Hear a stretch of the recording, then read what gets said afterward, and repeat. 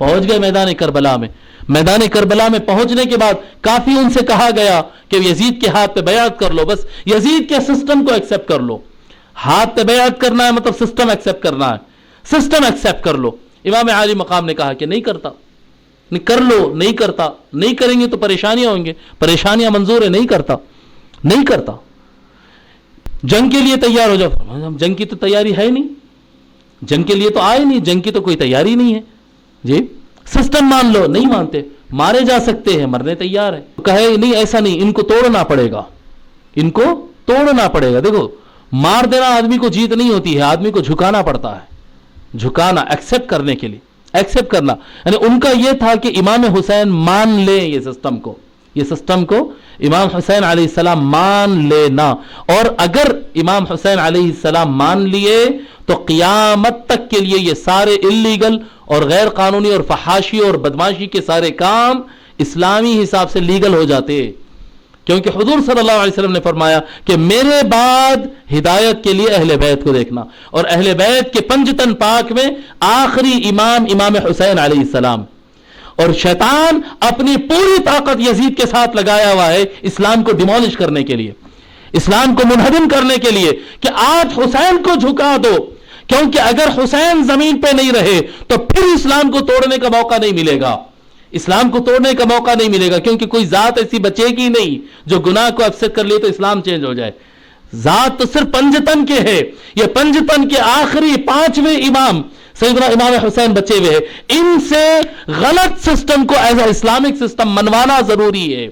یہ منوانے کے لیے پھر انہوں نے گھیرا ڈالا, طے کیا انہوں نے کہ بھئی پانی بند کر دو ان کے اوپر.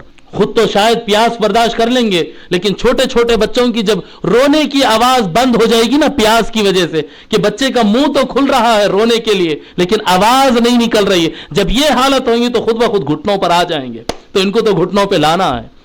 3 دن پانی بند کر دیے, بچے بوڑھے سب کے سب پیاسے ہو گئے, عورتیں پیاسی ہو گئی, سب کچھ خطرناک سچویشن بن گئی ہے. سیدنا امام حسین علیہ السلام فرماتے نہیں مانتا, سامنے فرات کی ندی ہے لیکن پانی لینے نہیں دیتے, پانی لینے نہیں دیتے. لشکر گھیرا ڈالے, 5000 لشکر فرنٹ پر کھڑا ہے, 5000, اور بیک اپ پر 30,000 فوج آرمی الگ سے رکھے ہیں. کتنے آدمی کو گھیرے ہیں صاحب؟ 120 آدمی کو, 120 آدمی کو گھیرا ڈالے ہیں. اور کون ہے وہ لوگ؟ سارے کے سارے رسول اللہ کا گھرانہ ہے اور چند وفادار ہے, بس اتنے ہی, اور کوئی ہے نہیں. 5000 آدمی کو مسلح کر کے ڈال دیے. اور سیدنا امام حسین علیہ السلام سے کہا جاتا کہ بیعت کر لو. 7 تاریخ گئی, 8 تاریخ گئی, 9 تاریخ گئی. سیدنا امام حسین علیہ السلام کئی راؤنڈ گفتگو کرتے ہیں, اپنے گھر والوں سے گفتگو کرتے ہیں کہ آپ لوگ جانا چاہتے ہیں تو جا سکتے ہیں, میری طرف سے اجازت ہے. گھر والے جانے تیار نہیں ہیں. باہر والوں سے, یزید کی فوج سے بات کرتے ہیں کہ کیا ملے گا تم کو رسول اللہ کے بیٹے کا خون بہا کر؟ کیا تم نہیں جانتے ہو کہ میں کون ہوں؟ میں تم کو بار بار یاد دلا رہا ہوں, میرا خون اللہ کے سامنے جب کھڑے ہوں گے, میرا خون سستا نہیں ہوگا. اللہ کے سامنے تمہارا کھڑا ہونا بہت مشکل ہو جائے گا. بار بار ان کو یاد دلاتے, جواب کوئی دے نہیں پاتا, لیکن طاقت کے سامنے تو سبھی جھکے رہتے. جتنا لشکر گھیرا ہوا تھا سب لا الہ الا اللہ والا تھا, سب اذان دیتا تھا, سب نماز پڑھتا تھا, سب نماز پڑھتا تھا. سارے گھیرا ڈالے ہوئے. 7 تاریخ گئی, 8 تاریخ گئی, 9 تاریخ گئی, 10 تاریخ کی صبح ہوتی, اور 10 تاریخ کی صبح سے جنگ شروع ہو جاتی, اٹیک شروع ہو جاتا. بولتے نہیں اٹیک کرو, اٹیک کرو. جمعہ کا دن تھا اور 10 تاریخ تھی, اور 61 ہجری محرم کی 10 تاریخ جمعہ کے دن فجر کی نماز کے بعد آپ کا ایک فائنل خطبہ ہوتا, اس کے بعد سے جو ہے اٹیک شروع ہو جاتا. تیرہ چلاتے ہیں, سیدنا امام حسین علیہ السلام باہر کھڑے ہیں, 4 تیر چلاتے, سیدنا امام حسین علیہ السلام کو شہید کر دیتے اور قصہ ختم ہو جاتا. جی 5000 کی فوج, امام حسین علیہ السلام کو شہید کرنے کتنا وقت لگے گا؟ 120 آدمی کو مارنا ہے جو کہ جنگ کے لیے تیار نہیں ہے, اور کون مارنا ہے؟ 5000 آدمی جو مکمل ہتھیار لے کے ٹھہرا ہوا ہے. کتنا ٹائم لگتا مارنے کے لیے؟ اصولی حساب سے اگر دیکھیں گے تو 3 سے 4 منٹ میں پوروں کو ختم کر دیا جا سکتا ہے, لیکن صبح سے لے کر مغرب کے وقت کے قریب, عصر کا وقت ختم پر ہو رہا ہے, اس وقت تک فائٹ چل رہی ہے. یہ کیا فائٹ ہو رہی ہے صاحب؟ کہ کیا فائٹ ہو رہی ہے صاحب؟ فائٹ اس طرح سے ہو رہی تھی کہ سب کو مارنا ہے, امام حسین کو شہید ہونے نہیں دینا ہے. عجیب قسم کی وار تھی. پہلا تیر نکلتا ہے آ کر علی اکبر کو لگتا ہے, علی اصغر کو لگتا ہے, چھوٹے بچے کے حلق میں تیر مارا جاتا ہے. امام حسین سامنے کھڑے ہیں, ان کو تیر نہیں مارا جاتا ہے. جی حضرت عون کو کاٹا جاتا ہے, حضرت عباس کو کاٹا جاتا ہے, حضرت قاسم کو کاٹا جاتا ہے, محمد کو کاٹا جاتا ہے. امام حسن علیہ السلام, آپ کے بھائی امام حسن علیہ السلام کے 8-10 بیٹوں کو وہاں پر کاٹ دیا جاتا ہے. امام حسن علیہ السلام کی پوری نسل کو مار دیا گیا. امام حسین علیہ السلام کی پوری نسل کو مار دیا گیا. ان کے پاس کا ایک بیٹا زین العابدین جو بیمار تھے خیمے میں تھے, وہ ایک بچے. امام حسن علیہ السلام کے صرف ایک شہزادے حسن مثنی جنہیں کہتے ہیں, ان کو 18 زخم لگتے ہیں, وہ بے ہوش ہو کر گر جاتے.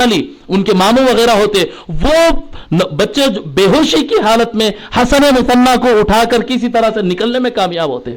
جی 2 بچے بچے ہیں بس, امام حسین کا بیٹا زین العابدین, امام حسن کا بیٹا حسن مثنی. جی 2 وہاں پر باقی ہے, باقی ہر بڑے بچے کو کاٹ دیا گیا, ہر بڑے اور بچے کو کاٹ دیا جاتا ہے, قتل کر دیا جاتا ہے. امام حسین کو نہیں مار رہا ہے کوئی. مسئلہ کیا ہے؟ مسئلہ یہ ہے کہ امام حسین کو قتل کرنا نہیں ہے, امام حسین کو جھکانا ہے. علی اصغر کے حلق میں تیر دیکھ کر تو امام حسین کے کیا کہتے ہیں گھٹنے بیٹھ جائیں گے, ان کی کمر بیٹھ جائے گی, ان کا دل بیٹھ جائے گا. علی اصغر گود میں ہوتے اور تیر لگتا ہے حلق کے آر پار اور خون ہاتھ میں گرتا ہے. امام حسین علیہ السلام آسمان کی طرف خون اٹھا کر اس طرح سے کہتے ہیں, اے اللہ اگر تیری یہ اس میں اگر تو راضی ہے تو میں بھی اس میں راضی ہوں. اللہ اکبر.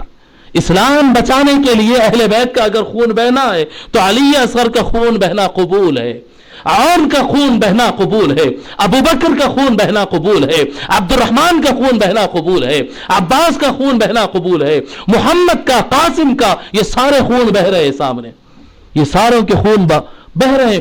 سارے نوجوان 72 وفادار, 72 وفادار اور 18 اہل بیت کے لاشیں سامنے پڑے ہوئے, اور امام حسین علیہ السلام اکیلے. امام حسین علیہ السلام آگے بڑھتے, تیر آتا, آپ گھوڑے پر رہتے, ایک تیر آتا آخری, اب کوئی بچا نہیں بڑوں میں سے, اب کوئی نوجوان اور کوئی بڑا نہیں بچا ہے, اب صرف عورتیں ہیں پیچھے, صرف عورتیں ہیں. امام حسین علیہ السلام آگے بڑھتے, امام حسین علیہ السلام کے چہرے پر تیر لگتا آ کر, تیر, آپ گھوڑے پر ہے, تیر لگتا, آپ ایک دم ہاتھ رکھتے چہرے پر اور اس میں خون آ جاتا ہاتھ میں, اور وہی گھوڑے پر بیٹھ کر وہ آسمان کی طرف دیکھتے, پھر کہتے اے اللہ اگر تو اسی ذریعے اسلام بچانا چاہتا ہے اور اسی سے راضی ہے تو حسین اس بات پر راضی ہے. ایسے خون اچھالتے, حسین اس پر راضی ہے. اور ایک تیر لگتا, آپ گھوڑے سے نیچے آ جاتے, گر جاتے نیچے. سیدنا امام حسین علیہ السلام, امام حسین علیہ السلام کا اور ایک بیٹا جس کا نام بہت کم لوگ جانتے ہیں, بہت کم تاریخ میں ذکر ہوتا ہے, جعفر نام کے, 2-2.5 سال کا بچہ, 2-2.5 سال کا بیٹا امام حسین علیہ السلام کا. وہ 2-2.5 سال کا بچہ باہر بھاگ کر آتا ہے تو امام حسین علیہ السلام ابھی زخمی گرے, جی تو امام حسین علیہ السلام پر وار نہیں کر کے وہ بچے کو تیر مارا جاتا ہے ان کے سامنے, آنکھوں کے سامنے. 2-2.5 سال کے بچے کو تیر مارتے ہیں تو وہ بچہ زخمی ہو کے پکارتا, ابا جان میرے کو بچا لو, بچا لو. تو امام حسین علیہ السلام کہتے, بیٹے معاف کرنا, آج تیرا باپ تجھے بچانے کے موقف میں نہیں ہے. پہلے بیٹے کو ذبح کیا جاتا جعفر کو, اس کے بعد امام حسین علیہ السلام کو ذبح کیا جاتا. یہ عجیب تاریخ ہے کربلا کی. اور خواتین میں کسی ایک کو قتل نہیں کیا جاتا, خیمے جلا دیے جاتے ہیں, سر پہ سے اوڑھنیاں کھینچ دی جاتی ہے. کیوں؟ تھریٹ دے رہے امام حسین علیہ السلام کو, تھریٹ. جتنا مردانہ ہے سب کو قتل کر دیا اور سارے عورتوں کو جو ہے قید کر لیا. یہ تھریٹ ہے. یہ 2 آپ لوگ سمجھ رہے ہیں, 2 الگ الگ ٹائپ کا تھریٹ ہے. یہ کون سا تھریٹ ہے؟ یہ قرآن اٹھا کر پڑھو. يذبح أبناءهم ويستحيي نساءهم إن فرعون علا في الأرض وجعل أهلها شيعا يستضعف طائفة منهم يذبح أبناءهم ويستحيي نساءهم. فرعون زمانے میں طاقتور ہو گیا ہے اور وہاں کے لوگوں کو فرقوں میں بانٹ دیا ہے. وہ ان کے مردوں کو قتل کرتا ہے, ان کی عورتوں کو زندہ اٹھا کر رکھتا ہے. یہ فرعونیت ہے. یہ قرآن کہہ رہا ہے یہ فرعونی سسٹم ہے, مردوں کو قتل کرنا اور عورتوں کو اٹھا کر رکھنا. یہ تھریٹ دیا گیا امام حسین علیہ السلام کو, جی جان کا اور عزت کا ہر طرح سے تھریٹ دیا گیا. اور سیدنا امام حسین علیہ السلام ایک ہی لفظ کہتے رہے, اے اللہ اگر اسی سے تو راضی ہے تو میں اس سے راضی ہوں. جی بچوں کی جان گئی, عورتوں کو خطروں میں ڈال دیا گیا, خود کی جان چلے گئی, سب کچھ چلے گیا. ایک بات ایکسپٹ نہیں کرے, یزید کو مان لو. یزید کو ماننا نہیں تھا, وہ اسلام کے تابوت میں کیل ٹھوکنا تھا. اسلام کا جنازہ نکالنا تھا، اسلام کو دفن کرنا تھا، رہتی دنیا تک یہ بات ہو جاتی کہ اسلامک سسٹم میں کرپشن جائز ہے، اسلامک سسٹم میں غریبوں کو مسل دینا جائز ہے، اسلامک سسٹم میں سود جائز ہے، اسلامک سسٹم میں ظلم، استبداد، زنا، شراب اور حرام کاریاں یہ سب جائز ہے. یہ ہو جاتا کہ رسول اللہ کے اہل بیت نے قبول کر لیا جو ہدایت کا مینار ہے. اور اسلام سسٹم تو پھر یزید کا چلا امام حسین کے شہید ہونے کے بعد. یزید کا سسٹم چلا. 2 سال کے بعد یزید مرا، ملک مروان بن الحکم بنا، مروان بن حکم کے بعد عبد الملک بن مروان بنا، اس کے بعد کوئی اور بادشاہ آیا. ظلم کی تاریخ ختم نہیں ہوئی، 100 سال تک ظلم ہے. آج تک اسلام کے بیشتر علاقوں پر آج تک بادشاہتیں اور ظالم بادشاہتیں. ظلم تو چلتا رہا لیکن اسلام محفوظ ہو گیا. جہاں جہاں لوگ ظلم کرتے ہیں، شملے باندھ کر ظلم کرتے، داڑیاں رکھ کر ظلم کرتے، مکہ مدینہ کے نام پہ ظلم کرتے، کسی نام سے، قرآن کے نام سے ظلم کرتے، جی اسلام کے نام سے ظلم کرتے. لوگ کہتے ہیں کہ نہیں یہ سب کچھ داڑھی، قرآن، کعبہ، مکہ جو کچھ بتا رہا یہ اپنی جگہ، پر یہ جو کر رہا ہے یہ اسلام نہیں. کیوں نہیں ہے؟ کیونکہ حسین ابن علی نے ایکسپٹ نہیں کیا تھا. سمجھنے والی بات، حسین ابن علی نے قبول نہیں کیا تھا. حسین ابن علی اگر قبول کر لیتے تو یہ اسلام ہو جاتا. یہ کربلا ہے سا. کربلا میں کیا ضرورت تھی؟ لوگ بولتے کہ کیا ضرورت تھی ان کو جانے کی؟ اگر وہ نہیں گئے تو یہ بات کھلتی کہاں تھی؟ جی اسلام میں یہ نہیں ہے، پتہ کہاں سے چلتا؟ امام حسن اگر صلح نہیں کرتے تو مومن اور منافق صاف ہوتا کیسا؟ لوگ یہی کہتے نا بھئی بڑی عزت تھی بھئی رسول اللہ کے شہزادے کو. ایک آدمی ہے جو انصاف سے اچھے ڈھنگ سے کام کرنا چاہتا ہے، ظالموں سے بدلہ لینا چاہتا ہے، مظلوموں کا خیال کرنا چاہتا ہے، اور یہ چانس ہی نہیں دے رہے ہیں. جی بڑا شوق ہو گیا اہل بیت کو تخت پہ بیٹھنے کا، تو لات مار کر بتا دیے کہ ہم کو تخت سے مطلب نہیں ہے، اسلام سے مطلب ہے.